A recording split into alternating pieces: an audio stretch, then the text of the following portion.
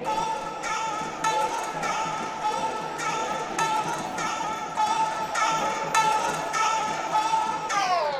Takeover. Okay. Did we start? Yeah, we did. That's how I start. Takeover. Now, there's a lot of things we're going to get into. When I speak, and when I speak, and when I speak. This is the Takeover. Okay, the levels are way too high. Way too high to start. Way too hard to start. Way too high to start. Way too hard. Way too hard to start. Way too high to start. Way too hard to start. Way too hard. Way too high. Way too high to start. Levels are good. Levels are good. Levels are good. Levels are good. Levels are good. You know what? Levels are good, and if they're too loud, then you could turn them down in your AirPods. You could turn them down in your AirPods. Welcome back. Welcome back to the Takeover. What's up, guys? Welcome back to the Takeover with Michael Lenoci. I'm your host, Michael Lenoci. You know that because the show only has me, Michael Lenoci, but not for long. Because we talked about it on last week's episode, or 2 week episodes ago, because last week was the Memphis episode from Big Brother. But we talked about the future of the show, and I said there was big things coming, and they still are. They still are, and it's going to be happening next year. Already 2021 is going to be way better. Who's excited for 2021 to start? Raise your hand. I raised my hand. I raised my hand because I'm happy about the future. Okay, we built it, and they will come. Isn't that the saying? If you build it, they will come. That's what we did. When did we start this? We started this back in the beginning of March, right? We started the podcast. We didn't know where it would go. We said, let's be malleable. Let's be open. Let's be available for change. Let's be a better person. Let's change. Let's see where this takes us. And if you stuck with me, then your life changed as well. Because that's what we did. We take over the week. That's why if you're listening to this, it's Wednesday. Because we're taking over this week, and this is the last episode of the year. This is the last 2020 episode of the Takeover for this year. And then how many more episodes are in this orange chair? Very limited. We are very limited to episodes left in this chair, which is sad because this is where we started, and this is how it began. And we had no idea where it was going to take us, but we're happy and we're excited. And we're going to have a roundtable show. We're going to have a show with people that I think would be great for the show. And we're going to have some segments. And we're going to have good segments. And we're going to have different ideas. And we're working on those right now. And I'm excited for you guys. And eventually I'm going to push each episode. If you watch each episode, it's going to come out on the Takeover with Michael Lenoci YouTube channel. Which the link will be, connected to this. The link is just, I will add it to the Takeover podcast, the Takeover full episodes under my YouTube, but I will push all the videos out of the YouTube of the Takeover with Michael Lenoci YouTube channel, which we will grow. Audio-wise, you're doing the same thing. You subscribed, you leave your 5-star reviews. It helps, and the podcast will grow, and we're all going to have a good time because the coffee's kicking in. And we're excited because we finished the year and we beat COVID. We never got it. At least we don't think. I've been tested 3 times in the last few weeks. Never had it. Never got it. Been around people who've had it. They got it. I didn't get it. A lot of spikes. Here we are. We never thought we'd be still talking about COVID around New Year's. But we are. For the first time in our lives, we're not going to really celebrate New Year's Eve, right? Although I have 2 shows. If you live in LA, the link is on my Instagram account. I have 2 outside shows, limited seating, maybe 30 people spread out, free alcohol, free marijuana. There will be champagne provided. There are 2 shows, an early show and a late show. Ticket link is in my bio on my Instagram. Or if you want more information, just DM the Takeover Pod on Instagram or my personal account. Hopefully I see it. But if you're DMing my personal account, just go to the bio link and you can get tickets for this New Year's Eve in Los Angeles, California. Hope everyone else is staying safe out there.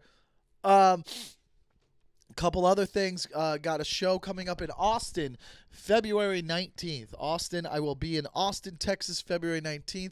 I do not have tickets on sale yet for that, but keep an eye out for that. I will have a show, or DM me for info about it so you could remember to save the date. February 19th, I will be in Austin, Texas, doing a show with me, myself, and Irene. And Irene is just a different version of me. Okay? So that's what we got going on this week. Again, last episode of the year, and very few episodes left in this orange chair. But that's what we started this podcast for. We started this to eventually bring us on to the next chapter of our lives. Whether your life is changing or you're just watching my life change, that's fine. We're getting situated here, and we're excited to see where the show goes. I still will be the dating detective. All right, the dating detective with Michael Lenoci, right? We have that going on as well, and I brought it up a couple episodes ago, right? Didn't I bring it up? I did bring it up. I brought it up, and I said, hey, if you have similar stories or any things that are complicated in your life, then to email me, and the email is Lenoci.Michael@gmail.com. Now, if you email me your dating situations, I can also give feedback, but also help or give you closure on what's going on. Now, we'll get into that later on in the podcast. I have another story I will bring up that I had found on the internet that someone passed along to me that we could discuss and go into. Mom, if you're going to listen, I would suggest you don't listen to that part. It's a little gross, but we're not going to do gross stories. The dating detective is not necessarily for gross stories, and I don't want that to be the angle we go in with the dating detective. If I'm going to be a dating detective, I want to know about your personal problems, and I want to be genuine about it, and I want to help you guys out, and I want to help you find love, because I think we all can find love, and it's not something that we need to search for. You just have to be open enough to find it. And that's what happened to me. That's what happens with me. Like, I wouldn't be available to be emotionally available for a relationship earlier in the year. I wasn't ready, but I had to go through a lot of humbling things. I had to go through things in life that made me kind of want to change as a person and want to be more vulnerable and want to be more open to other people in my life. And I think that has helped. And I think that's what everybody also needs, and it makes you feel better, and you are a better person. Sometimes you need certain things to happen in your life. And I think everything that happens in your life that is traumatic or bad, or not even it doesn't even have to be bad, but that is something that affects you a lot, will eventually lead to something even better or greater in your life. And I believe that for everyone. I really do. Now the coffee's fully kicked in. But before we get to the dating detective segment, we will discuss other things in life, like New Year's Eve. New Year's Eve, for the first time this year, we will not be watching the ball drop in New York City. Now, I don't know what they're doing. I'm sure the ball still drops in New York City, but there will not be people all over Broadway packed watching it. Which when I was little, I was like, oh, that looks like that would be a cool time to go to New York and be there and watch the ball drop. Then as you grow and you become an adult, you realize what a nightmare it would be to be stuck in that area in Times Square watching the ball drop, because that's all you're doing. And you're in the cold and you watch it drop, and then you're like, wow, that wasn't that much better than watching it on TV. So it's like, why did we even waste our time to do that?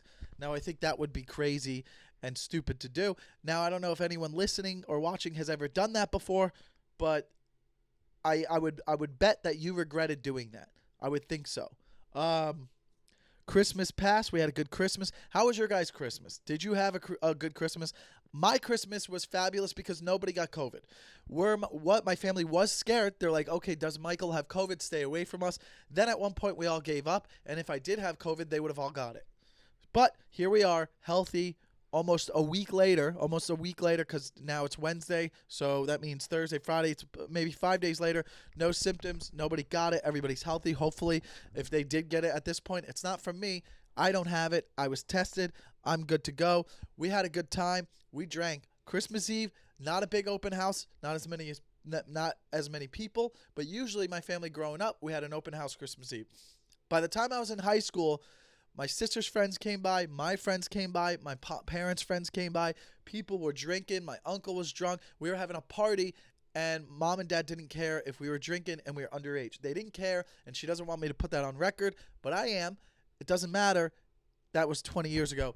But we'd have a good time, and we'd have an open Christmas Eve. Then, growing up, my sister has kids. Christmas Eve wasn't as exciting. Everyone had young babies or kids, and they couldn't come as much, and it was just me, my sister, my brother-in-law, and my parents, and his parents. Wasn't that fun. In recent years, it's become a little bit more fun. We've been drinking. More people have been coming home. More fun people. This year, not as many people because of COVID, but going forward, it's gonna be a jam. It's gonna be a jam for Christmas Eve, and I'm excited every year for Christmas Eve to get more drunk. Also because White Claws are available, and I'm a big White Claw fan, and they don't sponsor the podcast, but maybe one day they should, because I literally am one of the biggest cheerleaders for White Claw or any of the alcohol beverages that are pushing out these soda, water, alcohol beverages. Or Bud Light has some, Corona has them. I'm a big White Claw guy. You drink them, they go down simple. 4-5 White Claws later, you're like, why am I feeling good? And you're like, oh, because it's like I drank 5 soda waters. And that's why I'm a big fan of them. And I got pretty drunk on Christmas Eve, and I woke up Christmas morning not drunk at all, or not hungover at all, because of those White Claws. That's the main reason I like them. But Christmas Eve was a good time. Saw the family, argued with my dad, made fun of him a little bit, gave my mom a hard time. And that's what I do on Christmas. That's my gift to my mom. My gift to my mom is that my relationship with my mom is better when I'm not there. When I'm not with my mom, we get along great on the phone. I talk to her on the phone. We go over things. I tell her about my life. I like to talk to her. I communicate with her maybe once a week, maybe once every other week. When I'm in person around her, around the holidays, I like to give her a hard time. And that's the way I live my life. And it makes me feel better, and it makes everyone around feel better except her. Now, is that mean and cruel? Yes. Is she listening to this podcast and going, oh, I get it now? Of course, she's always got it. But she knows. My mom likes to remind us that this could be her last Christmas. And she's done that for the last 10, 15 Christmases. She goes, you never know. This could be my last Christmas. You never know what can happen. Sure, Mom, you could say that about everyone. You could say everyone, this could be their last Christmas. You never know. But she likes to make everyone appreciate the time you have with each other. But that's how I enjoy it, and how I express my love is giving my parents a hard time, which I didn't get close with them because of COVID. We had to be a little more, responsible and protective and not get close to them. So I didn't give them a hug. I didn't give them a hug this year, which I think means less to me and more to them. But we had a good time, made fun of my mom, made fun of my dad. They're old. Dad can't hear as much. Mom can't take criticism or jokes as much. Sister and me got along fine. She's, got an ego on her, but we let it go. Brother-in-law and me, we're the tightest of the crew, and we have fun. And me and the nephews, the youngest nephew, 7, Brady, he can't handle it as much yet. He was like what Tyler was 3 years ago. Now Tyler's 10. He gets it. Big fan of me, wants to live with me, wants to come here and be all a part of it. And I influence him, and I think he looks up to me now. And I'm proud of that. I'm proud that a 10-year-old nephew of mine looks up to me, and I have a king-size bed for the first time when I'm 36. That's pretty crazy. It's pretty crazy that in his 10th year of living, he now gets it, and he defends me, and he's a part of the takeover. He's a part of the team. And that's what's great, that my nephew, Tyler, is a part of the team. It's going to be fun, because now I'm going to call him, and I'm going to check up on him, and I'm going to be like, what's going on with you? Are you being creative? Because we're setting up everything for him. This is what LA is. LA now, the door is open for him in LA. I am now preparing him for when he comes here when he's in his early 20s. That's what it is. It is now not about me anymore. It's me just setting up everything in LA so it's easier for when he gets here. So that when he gets here and he wants to do what he wants to do, it's just easy access, and he has a fast track to a successful career. And whatever that might be, whether it's writing, directing, acting, comedy, who knows what he'll choose, but he will be out here with me because of the influence I have given him. That being said, my mom listens to the podcast. She might try to put a stop to that. She might try to put a stop to it because she dealt with it with me, and she might not want Tyler to deal with it. So it doesn't matter. We're going to help out, and things are going to be great. Okay? So that being said, Christmas was a success story for me, at least. I know a lot of people got COVID in Miami. A lot of Miami friends got COVID, and they passed it to their parents. Are they dead? We don't know yet. Time will tell. Time will tell. But here we are. Christmas is over. We're back in LA, back in the groove. things are even crazier in LA than they ever have been. This is the biggest spike in LA since COVID has ever existed. People are scared. People are very scared. People are staying in. We don't know what's going on. Some people don't even care. I was in Naples. I did a show in Naples, and there were people in the show 50 and older people who are 50 and older in Naples. And after the show, I was selling merch, but I was wearing a mask. And some of the people in the show were giving me a hard time about wearing a mask. Like it's not real. The people in Naples, Florida think COVID's not a big deal, and they don't believe it's something that I should be worried about. Right now, I'm having a weird pain in my highest rib. I don't know what area of the body that is, but if I was 50, I would think it was a heart attack. And that's because I don't know what this pain is. And that's weird to get it during this. Maybe it's the Naples energy trying to make me feel bad for making fun of them, but they didn't care about COVID. They weren't scared, and they were old. And they think it's a controlling thing, and they were like, you don't really have to wear your mask. You're going to be fine. Nobody was wearing a mask. I was the only one wearing a mask. And that was interesting. That was an interesting time. But I stuck with the mask, and I dapped people, and they still bought my merch. So that was great. Never been to Naples. Maybe I have when I was a kid, but that was my first time really being in that area. Then I went up to Orlando. But before Naples, I did a show in Fort Lauderdale the previous week. Bar show, TV's on, people drinking at the bar. Felt like I was fighting for energy, fighting for attention, but that was a job. But it was fun. There were times when it was fun. Got to see some old people that I grew up with. Definitely wasn't safe. Was out and about. Florida doesn't care. In Miami, I was out and about. People just don't care in Florida, and they're still getting COVID, and then they just deal with it. That's what it is. That's the feeling in Florida is we'll get COVID and we'll deal with it. And that's what people think. People are like, it's just a sickness. It's not that big of a deal. So, to each its own, right? It's not my problem. I don't want to get it. I just don't want to be sick because then I'm not productive. Was I sick last year? I was sick right after New Year's last year, and I was sick like the first week of February last year. Different type of sicknesses that I've never had. I don't know what it was. It was before we knew about COVID. Could it have been COVID? Maybe. Have I had an antibodies test? No. But since then, I haven't been sick, and I've never had tested positive for COVID. So it's weird. So part of me thinks maybe I did have it. But again, we've been through this before, and the coffee's kicking in. I did my West Palm Beach show. We did well. There was a good turnout. It was fun. I had a fun time. I did maybe 45, maybe a little less. People were scared to come out. Not a lot of people came out as many as I thought would come out. I think we had maybe 64 tickets sold. So it was a good time, but it was a good, fun little crowd. 64 tickets for me, that's great, okay? We had a good time. The show was fun. I think people were some people weren't scared. Some people were, but it was fun. But, I hope that I have more fun. I have upcoming dates coming to Vegas. I will be there for a week, hopefully soon. And then Austin, and then maybe I will be doing those Naples shows. I don't know who the hell lives in Naples, unless you're 55 or older. But if there are young people that live close by, hit me up. I hope to see you there. So we got Christmas over with. I did a little Florida tour, so all my friends and family, the same people I talked about a couple weeks ago. What was the couple weeks ago episode called where I said patience? Episode 43, patience. I talk about seeing those people, right? It was after Friendsgiving. It was patience, the episode where I saw, I believe it was patience, 43 or passion. It might have been passion, episode 40, passion.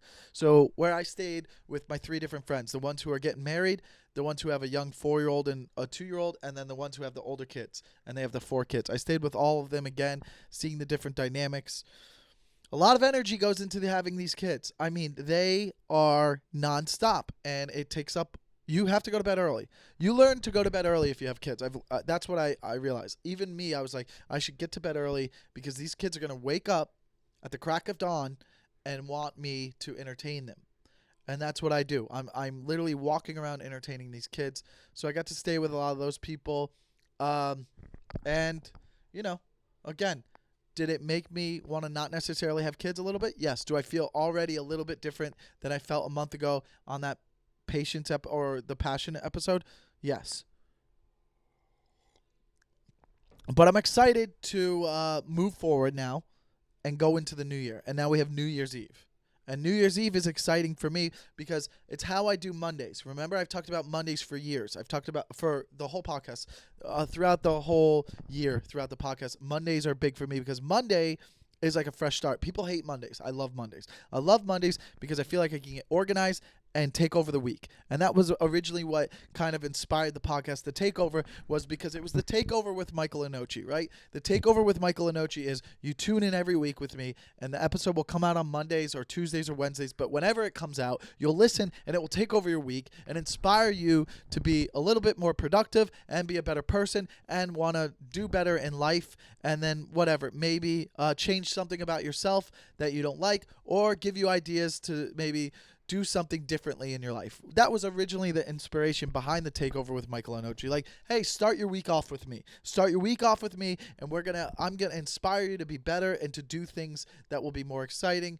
And that's why I loved Mondays, because Monday, even if you had a bad weekend, whether it was personally or emotionally or physically, or you ate bad or you drank and you felt hungover, Monday made me feel like I could have a fresh slate, a clean slate, and I could start all over. And like start off Monday, we could get out the gates and be productive. We could be productive, we could eat well, and we could work out. So at least one day that week we were really good, and we could move that momentum into Tuesday, Wednesday, possibly Thursday. By the end of the week, you get a little lazier, you get more excited, the weekend's coming, you have other plans, so you lose track of it. Sure, that's fine, but at least we start off the week strong, and that was the whole point, is starting the week off strong. And that's why I would love Mondays, because it's a clean slate. And the more importantly, that's what I love about New Year's. And I know some people go, it's just a day. Why do you have New Year's resolutions? That's so stupid. I disagree. I really do like New Year's resolutions. And going into this year, all right, 2 years ago, 2018 was run the half marathon. What did I do? I did it. I did the half marathon. 2019 was multiple New Year's resolutions. One was to headline, start doing my own nights. I started doing that. And then I believe was learn an instrument, or maybe I didn't do that. But then 2020, learn the instrument, the keyboard. I worked on that a lot. I could do better. So that I can add that. I can carry it over to 2021 because at least I started. So I know I have some sort of ability to carry on and get better with the keyboard, right? 2 was to be a little bit more active, but that was kind of later in the year. I can carry over with what I had, the momentum I had of running and working out more, and what I've learned, because we're still going to have to work out outside still here in LA. So I'll carry on with that, and I could add some other physical activity goals. I could be like, okay, let's continue to run, how about 20 miles a week? Now that could be a good goal. 20 miles a week, what is that? That's 3 miles a day. Really, that's not that bad. Less than 3 miles a day. Some days I could do 5. Some days I could take off. I could do 10 miles in 2 days. So I don't think that's hard to do 20 a week. I could play it safe and be 18, just in case, I don't want to injure myself. But I would like to have specific goals for the week for working out. And then I would like to have goals for career. Not assuming COVID gets better, I'd like to, have goals for the podcast. The podcast now. We have a podcast. We've built a foundation, and we have a crew of teammates that are with us, and we're gonna create a new Patreon and a new show going into the new year. It's still gonna be the Takeover with Michael Lenoci. It won't be solo anymore. It will still be me hosting it. I'll still be doing my rants up top. My idea is to have my rants up top, my riffs up top, about what's happened in the previous week for myself, or whatever's going on in the world that I can give to give maybe my perspective on what's going on. All right. Then I have a couple ideas for segments. Obviously, the dating detective is one. Again, if you have your dating stories, I want you to email those at Lenoci.Michael@gmail.com. And also, we'll have a segment called GOAT. It's the greatest of all time. Who is the greatest of all time in anything? Sports, athletics, acting. Who's the greatest of all time? Disney character. The greatest Disney movie. The greatest of all time city. I don't care what it is. Every week we will go into what is the GOAT of any sort of thing. Whether it's the cities, the states, the countries, animals, sandwiches, food. anything, there's a greatest of all time, and I will argue it, or I'll fight you if you don't believe me. Like, I will have a strong point of view on whatever it is each week. That will be one of the segments. Another segment will be the dating detective that I discussed, and we're still working on a third segment that I think we could get into. But there will be a 3-segment part. And then I will close out the show with kind of giving you guys a positive perspective and outlook on life and kind of what we should do to better ourselves going forward. And that will kind of be the show. So similar to what we're doing now, but now I have 2 people in mind that will be on the show with me as my little Andy Richters, or people I can bounce off of, and we will have a big production. We'll have a big professional production, multi-camera, and I'm very excited. And when that's all set up, we will also create a new Patreon that will be more efficient and diligent and better for fans of the show to really subscribe to going forward. So I'm excited about that, and those are the goals just off the top of my head that I have going into 2021. But I think that everybody should have some New Year's resolutions, and I think you should have 3 to start with. You could have more than 3, but I think 1 you should have, physical or health-wise, whether it's working out or eating, diet, something to do with your personal health. You should have one of those. It's very easy, and it could be very small, as eliminate bread, eliminate soda. I'll do that, because I got Coke back in my life, and I've done that multiple times. It's been one of the easiest ones I've done over the years, and there's been years where I didn't drink Coke at all, but I'll do it again this year. No more soda. No more soda. Eliminate it. It helps. It could be that easy, but something health-wise, whether it's working out or your diet, I think everybody should do that to start the year. Number 2, career goals. Whatever you do, I think this is something you could do. Even if you're a salesman or you're a nurse or you're a doctor, there's something you do at work that maybe is a bad habit, or that is not a bad habit, that can make you better at your job, whether it's showing up a little bit earlier, staying a little bit later, or being more active. I don't know what it is. I don't know what you do specifically, but something that you do in your everyday life, your work life, something that has to do with it that's going to better yourself or people. And then the third one is a personality goal. A personality goal is changing a habit in your life, whether that's you bite your nails, don't bite your nails. Being negative, being a pessimist, trying to be positive, or just working on something little, anything. Maybe, I'm going to call my mom once a day. I'm going to call my mom once a week. I'm going to call my dad once a week. Something in your life. I'm going to reach out to a friend once a week. Something like that, if that makes sense. Maybe something like, I'm going to make sure I randomly call a friend from back home that I grew up with once a week. Just once a week, and it could be someone different every week. You'd be surprised how that could change your life. All of a sudden, things happen because people are thinking about you, and you're in their thoughts, and opportunities arise. Something like that could change a lot too. Those are just some ideas. It could be in the realm of that, but I think those are like 3 ways to start the year off, and you're not asking for a lot. So it's like, even if you feel a little bit lazy, it's not like you're trying to do much. It's not super crazy, right? It's nothing like overwhelming that you're like, it's a lifestyle change. It's not a lifestyle change. You know what I mean? Because remember the 30-90 rule, right? What was it? It's like 30 days is you do it 30, 60, 90. 30 days you got a habit. 60 days I already forgot. Just if you do something every day for 90 days, it's a lifestyle change. That's what it comes down to. And by the way, 90 days is a long time, and it's very hard, and it's not as easy as you think it would be. Got a nice little painting from my dad.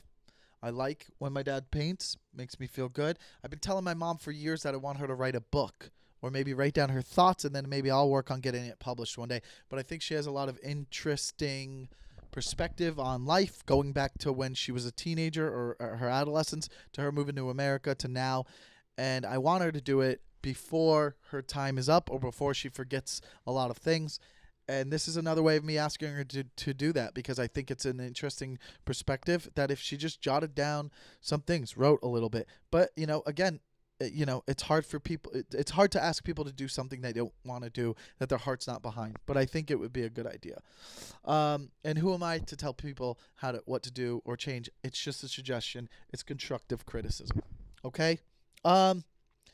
We got 1 week left in the NFL season. I don't know who your team is. My team is the Miami Dolphins. For the first time, I think, in what was this? 2016. It's a win and you're in for us, and that's what's going on. In 2016, it was a win and you're in, and we got in, and we had a quarterback Tannehill was injured, and we lost to Pittsburgh in the first round. We had no chance, and then before that was 2008 with Chad Pennington. We had no chance in the first round again to win that game, and we knew it. But this time, I think if the Dolphins got in with what's going on with their coach, I think that they could make some noise. I don't expect them to win, but it would be amazing, and I'm just happy that the Miami Dolphins are in a position that they could possibly make the playoffs. I'm just really proud. I'm really proud because that is my second passion, the Miami Dolphins. As a future owner of the Miami Dolphins, of course you should know that my passion is also football and the Miami Dolphins. So I'm really excited, and I'm just happy, and I'm happy where the team's headed. I'm happy with the production of the team.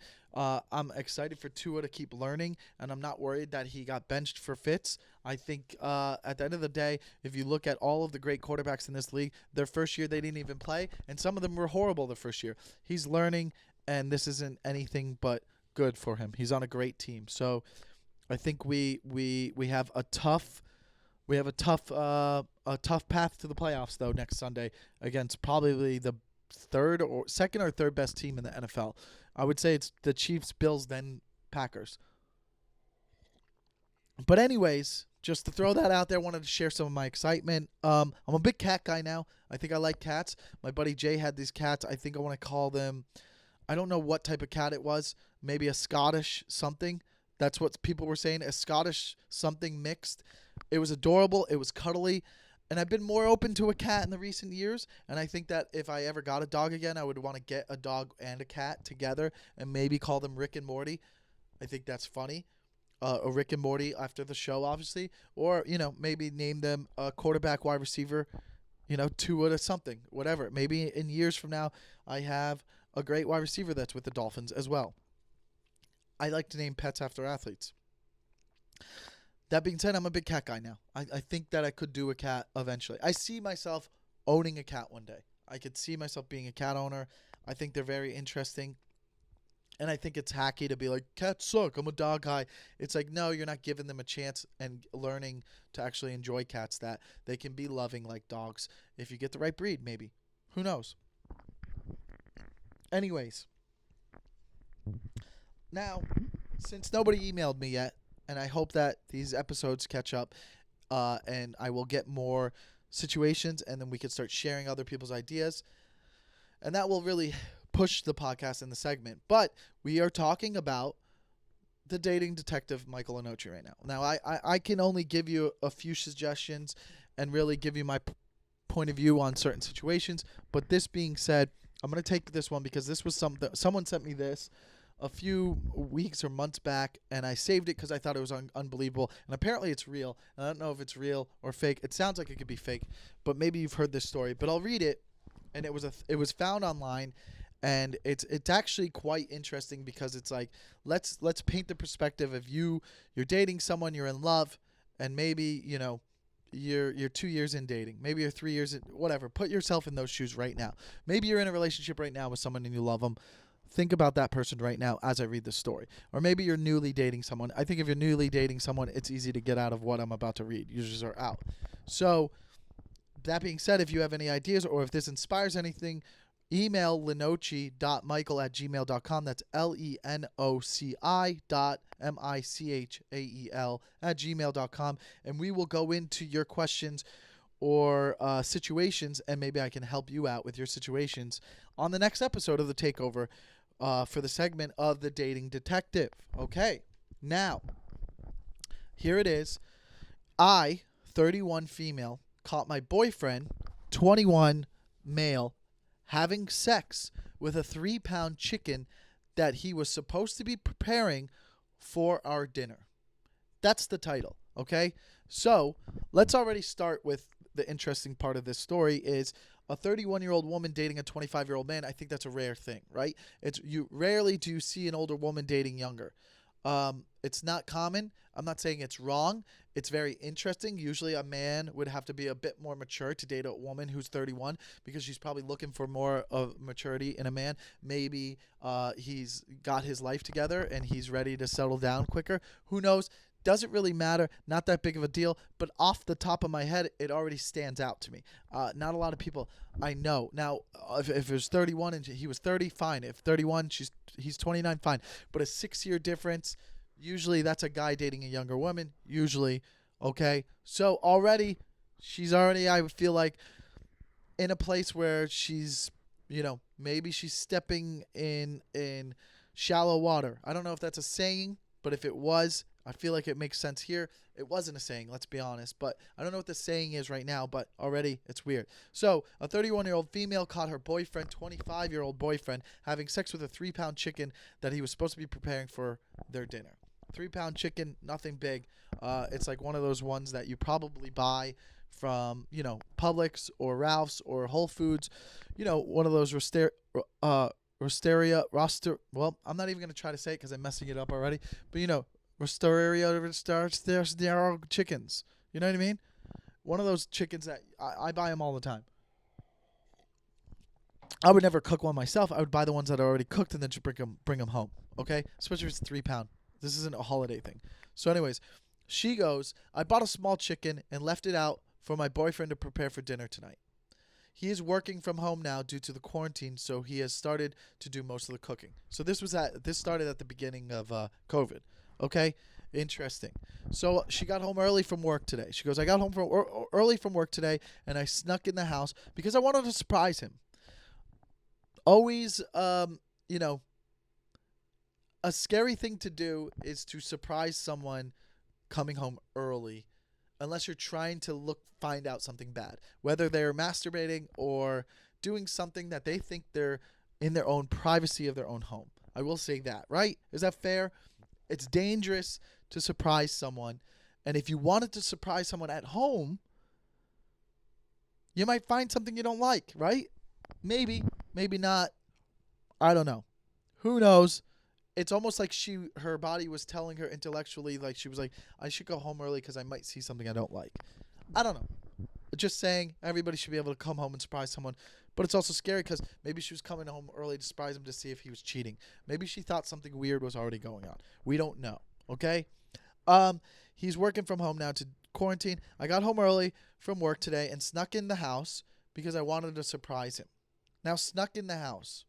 Unfortunately, what I witnessed him doing has left me traumatized. Okay? So she gets home early and she sees him doing something traumatizing. He was in the kitchen and he was basically fucking the chicken.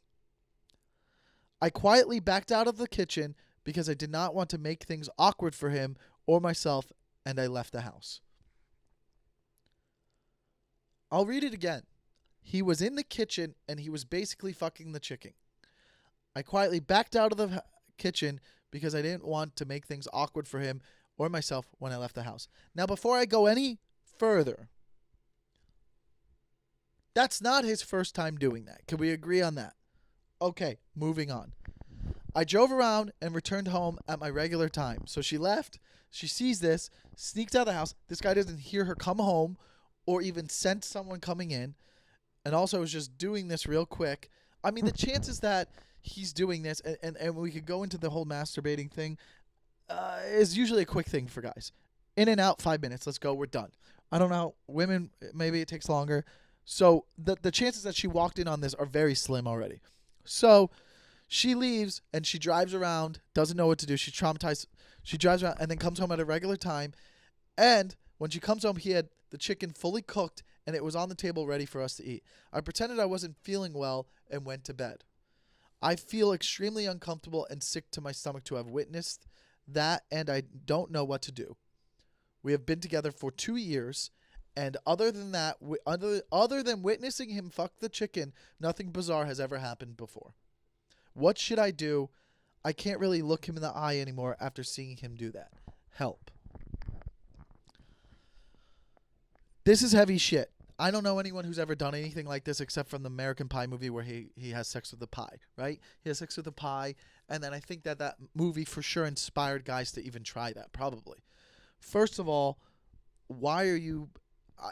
I understand that everybody has different fetishes, but to have a fetish where you are putting your dick in any food, I can't imagine it feeling that good. I can't imagine it feeling anything close to a woman's vagina. At that point, too, having self-worth, wouldn't you just go buy a sex toy? I don't know. But I'm sure people have been curious, and I know that people have done even worse things, and there's fetishes for everything. I mean, I don't even want to go into it. Sure, okay. Now the chicken thing, I'm assuming he's going through the leg of it or something, and maybe it feels good. I don't know. But two things pop out at me. Why does she not say, "What the fuck are you doing?"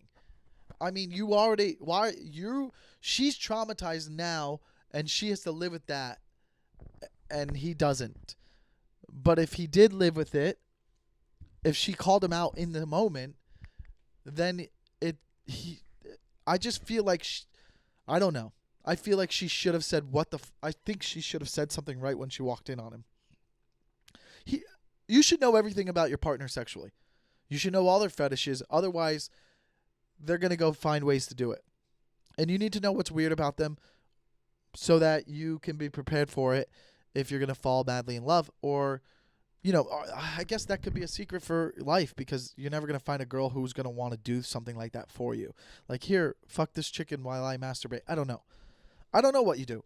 If I walked in and I was dating a girl and I saw her with a cucumber in her vagina, I wouldn't care. If I saw her shoving a raw piece of steak, I guess, into her, that would be a little different. I'd be like, what was that? I don't know if it would be grounds for leaving her because I don't know. The guy 2 years in, they're in love. She's 31, he's 25. She probably thought that she was going to marry this guy. She's completely now returned home at regular time and he had the chicken fully cooked on the table ready to eat. Now to feed the chicken, is it that big of a deal to cook the chicken and feed it to your girlfriend? They've obviously had oral sex before. What's the big deal? She's had his private in her mouth. So it's not that big of a deal, right? People, I feel like, are upset that he cooked the chicken and then was going to feed it to her. It's like, ladies, you'll give fellatio to a guy and he'll finish in your mouth. So this is cooked at least. It killed the germs. I will say that. It killed the germs, right? That's not as bad. It sucks that we don't get a follow-up from this. I don't know if you guys saw this. It was a viral story on the internet. I personally would like to know how this ended. What would you do? Here's what I would do. If it's traumatizing, then you break up. You have to break up. But you can't break up with this guy and not tell him why. You have to tell him why. He has to know that it's because you saw that. You have to have that conversation. Also, the damage is done. It's in your brain. It can only get better if you confront him about it. It can only get better. You need to confront him about it. And, hey, I saw this. It made me uncomfortable. It made me so uncomfortable that I can't actually be with you anymore and I want to break up with you. Maybe he's going to say something that changes your whole mind. No idea. But if you don't ever confront him about it, you'll never know. And you can't live life leaving him and not having that discussion and not knowing what if or why or what's the reasoning behind it. We need to know, is this a fetish? Were you just curious? What happened? Do you do this a lot? I assume yes. I assume he's not the first time he did this. That being said, she said there's nothing else been bizarre that's ever happened before. I could even argue giving him a pass because I want to hear his explanation. If this is a thing that he has, he's extremely embarrassed about it and he didn't tell you about it because he's like, I don't know what to do. It's a sickness. It's a sickness and I need help. But guess what? I did it. You caught me and I'm sorry. Maybe he gets off to doing something. It's not even the chicken. He gets off to doing something he's not supposed to be doing. People get off to that. Like when someone has sex with someone in public, it's not that they're having sex with them outside in public. It's the fact that they might get caught. The feeling of them getting caught is what they're addicted to. They're addicted to the feeling. when someone cheats on their spouse, it's not that they're attracted to the other person necessarily. They're attracted to the fact that it's wrong, that they shouldn't be doing this, and there could be major consequences if they get caught. They're addicted to that feeling. It's the same thing when you've seen celebrities shoplift. They're not addicted, or they don't want the product they're stealing. They're addicted to the feeling they get from shoplifting, like the fear of getting caught. That is a real thing. That is what it's about. This might not be about the chicken. It could be about something else. It could be about a feeling of getting caught or a desire to do something that's not right or that's taboo. Now, that's interesting and more deep. And that's deeper that people don't think like that. They just think that people are doing things and they're wrong and they're a bad person for doing that, but they're not understanding that it's not even about the action that they're doing. It's about the feeling that they get from doing that action. And I have personal experience with being addicted to a certain feeling, an anxious feeling, an anxiety you get from doing something. You're like, oh, it's not even about the action. It's about the feeling I get inside my body. And that's what I'm saying. This might not be him being sick and wanting to sleep with animals or something like that. It could be about he's addicted to the feeling of like, oh my God, this is horrible. If someone knew this about me, I would be ashamed. And he could be addicted to the feeling of holding shame. You know what I mean? Like, so number one, going with all relationships, you have to communicate to the fullest. And that's what the problem is here. There wasn't good communication. I know you should just know all the weird things that have gone on, and, or know that they have, if someone you're with has some weird addictions to certain feelings like pain or getting in trouble. I don't know. So she clearly can't look him in the eye anymore, and she's going to break up with him. I don't know. That's just my thought on there. I'm a little bit more open-minded. I can understand some of you guys would be like, that's disgusting, and I would never talk to that guy again. I would just say that it's not about the chicken. It's about what feeling he gets from doing something that's taboo. And that's what I think it's about, and you have to understand that. Again, if you have any ideas, maybe not as disgusting as that or weird as that, but if you have anything going on in your relationship or you're dating or past dating experiences where you're like, why did this not work out? I want to know why things didn't work out with you. I want you to tell me, and I could break it down for you and give you advice of why it didn't work out. Communication is number one, and I think I'm really good at it when I'm in relationships, and I think I'm good at giving people advice when they're good. When they're dealing with relationship issues, even when I'm staying with my married friend. I think it's pretty interesting, and I think I could help. And if you think I could help your situation, whether it's a past situation that you don't have closure on or a current situation that you're kind of misreading or not sure how to go about going forward with it, let me know. Email Lenoci.Michael at gmail.com, and we will get to it on the next Takeover episode when we get into the dating detective with Michael Lenoci.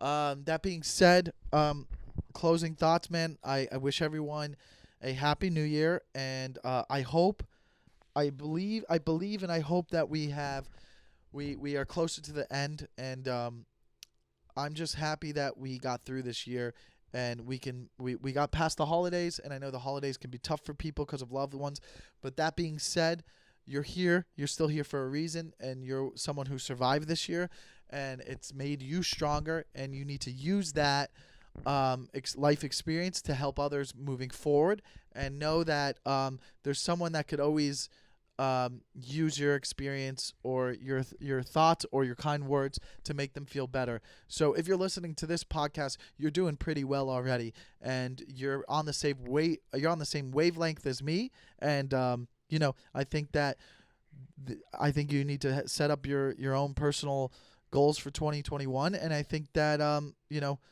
you should appreciate yourself and maybe thank yourself for just being there for yourself and doing a great job. You did a great job this year, and I want you to know that. And that's from me and Michael Lenoci and the rest of the team at the Takeover. So thank you guys for listening. Leave those 5-star reviews, and I will see you next week in 2021. Thank you and goodbye.